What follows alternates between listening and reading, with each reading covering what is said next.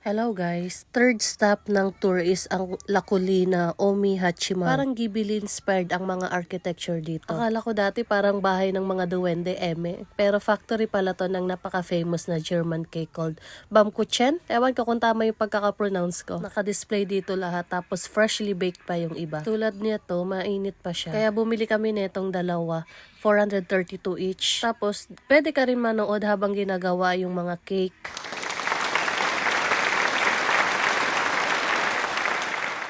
Paglabas namin ng factory, eto naman ang bumungad sa amin. Kakaiba talaga yung mga architecture dito. Meron pang mga miniature na mga pintuan. Nakakatuwa naman.